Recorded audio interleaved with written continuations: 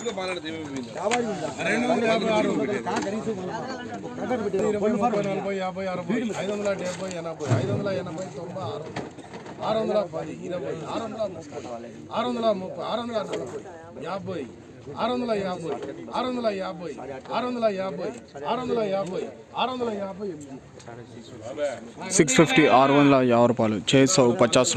ప్రతిరోజు మార్కెట్ ధరల కోసం ఇప్పుడే మన ఛానల్ని సబ్స్క్రైబ్ చేయండి, లైక్ చేయండి, షేర్ చేయండి.